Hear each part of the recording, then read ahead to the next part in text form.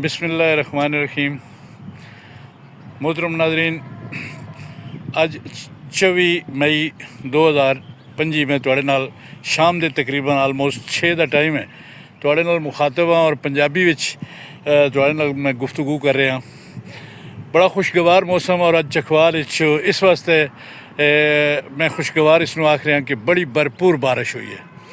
चकवाल शहर विच नहीं, चकवाल शहर तूफान आया और हल्की फुल्की बारिश हुई है, लेकिन चकवाल का जोड़ा एरिया थाना डुमन का जिस यूनियन कौंसल जन खानजादा, यूनियन कौंसल मुलाल मुगलों और यूनियन कौंसल जानवान उन्होंने इलाकों में बड़ी शानदार बारिश हुई है। और पिछले दिनों में मैं तुहाडे नाल कुछ वीलॉग्स किए है मूंगफली की फसल के हवाले नाल जिहड़ी असां काश्त की है, तो मेरे ख्याल है बड़े अरसे बाद इस बारिश की वजह तो अज असां छोटे जोड़े काश्तकार हाँ, साढ़े चेहरिया पर भी रौनक सानू महसूस हो रही हो सी। नाज़रीन, मैं इंट्रो इस वास्ते दे रहा कि मैं थोड़े जे उस जोड़ा तूफान आया तकरीबन 2 बजे के करीब ये तूफान आया और सूरत हाल बनी है बिल्कुल हाथ नूं हाथ सुझाई ना देंदा, अंधेरा और तारीकी छा गई है मुकम्मल तौर पर। शदीद किस्म के तूफान तो बाद बड़ी शदीद बारिश हुई है, अगरचे वो कोई बहुत लंबा टाइम नहीं रही, सवा घंटा के करीब जी बारिशी सिलसिला जारी रहा। और वो क्लिप्स जोड़े मैं तुहाडे नाल शेयर करसा। और बड़ी खूबसूरत बारिश, मौसम बड़ी खुशगवार तब्दीली आई है और साढ़े जमींदारां दे चेहरे जेड़े फसलां कणक की फसल चाहिए तो उस वेले भी उन्होंने वो शादाबी नज़र नहीं आई, मुरझाए नज़र आए।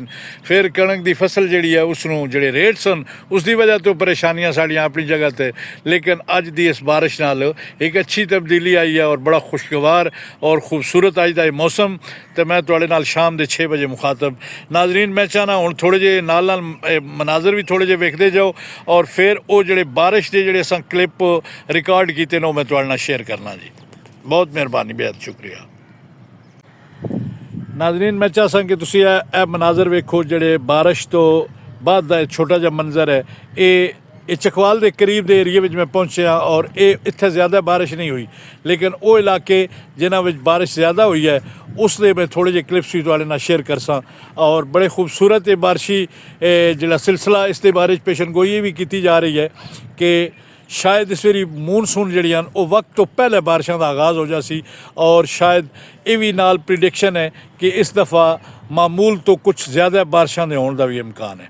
साड़ी दुआ है कि अल्लाह ताला खैर दियां बारिशां करे और साढ़े वतने अजीज़ जी पानी की कमी है वो भी दूर हुए, जेड़े साढ़े इलाके प्यासे और ज़मीनां जड़ियां इस सैराब होन। चकवाल का एक मंजर मैं तुहानूं विखा रहा, ये चकवाल की ज़मीन का जो लैंडस्केप है तकरीबन जिधर जासो तुहानूं इस तरह की ज़्यादातर ज़मीन नज़र आसी, अगरचे कट्ठी फट्टी है लेकिन इसके कुछ एडवांटेज भी कुछ अल्लाह की तरफों सानूं फ़ायदे भी कि ये साड़ियाँ वो ज़मीनां जिन्हां खुद रो साढ़े जंगलात उगदे और उस मुख्तलिफ दरख्त जोड़े वो पैदा होंदे। अज नाज़रीन कराम साढ़े इलाके का एक होर बड़ा शानदार दरख्त जोड़ा मैं चाहता कि चलो इसका तारफ ही तुहाडे नाल हो जाए। इनू असी अपनी ज़बान चाहते कंवा और किधरे इसनूं कुआं आख्या जाता, किधरे कंवा आख्या जाता। ये बड़ा खूबसूरत दरख्त खुद रो पौधा और ये ईंधन वास्ते इस्तेमाल होता और इमारती लकड़ भी इस सानू मिलती है। और इस तरीके नाल कुछ जगह पर वेख्या कि इसनूं इसके कट के ते बाले बनाए जाते हैं जोड़े छत्तां ते पाए जाते हैं। ये जनाब वो कुआं का दरख्त है और ये चकवाल के बिल्कुल मज़ाफात का जंगल बड़ा खूबसूरत जिस फुलाई कुआं किक्कर दरेक और कुछ टाली के दरख्त तुहानूं नज़र आ रहे हैं। और ये जनाब ये चकवाल का एक करीब का एक बड़ा खूबसूरत जंगल है। तो नाज़रीन, हुण मैं तुहाडे नाल चाहता कि वो शेयर करा जिहड़ी चकवाल दे शरकी हिस्से में बारिश हुई है डुमन के इलाके में।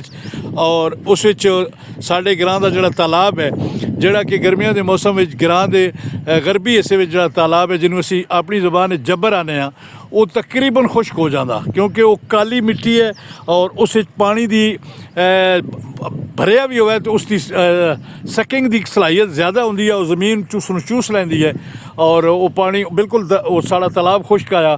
हुण मैं चाहता कि तुसी वेखो और उसका पैंदा जोड़ा वो तकरीबन पानी नाल भर गया, अगरचे उसका कैचमेंट एरिया बड़ा महदूद है थोड़ा, क्योंकि उसकी जी रोड है वो बहुत थोड़ी है ਔਰ ਕੁਝ ਜਗ੍ਹਾ ਤੇ ਕਬਰਿਸਤਾਨ ਬਣ ਗਿਆ ਔਰ ਪਾਣੀ ਦਾ ਬਹਾਓ ਜਿਹੜਾ ਉਹ ਉਸ ਸਾਡੇ ਉਸ ਤਾਲਾਬ ਦਾ ਜ਼ਿਆਦਾ ਨਹੀਂ ਹੁੰਦਾ, ਦੂਸਰੀ ਤਰਫ ਚਲਾ ਜਾਂਦਾ। ਲੇਕਿਨ ਇਸ ਦੇ ਬਾਵਜੂਦ ਬਾਰਿਸ਼ ਦੀ ਸ਼ਿੱਦਤ ਇਤਨੀ ਆਈ ਕਿ ਉਸ ਨਾਲ ਉਸ ਤਾਲਾਬ ਵਿੱਚ ਅੱਛਾ ਭਲਾ ਪਾਣੀ ਪੈ ਗਿਆ।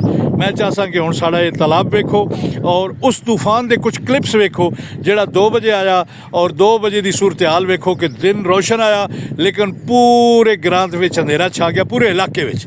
ਤਾਂ ਉਹ ਮੈਂ ਤੁਹਾਨੂੰ ਹੁਣ ਕਲਿੱਪ ਵਿਖਾ ਸਕਦਾ ਜਨਾਬ, ਉਸ ਨੂੰ ਤੁਸੀਂ ਇੰਜੋਏ ਕਰੋ।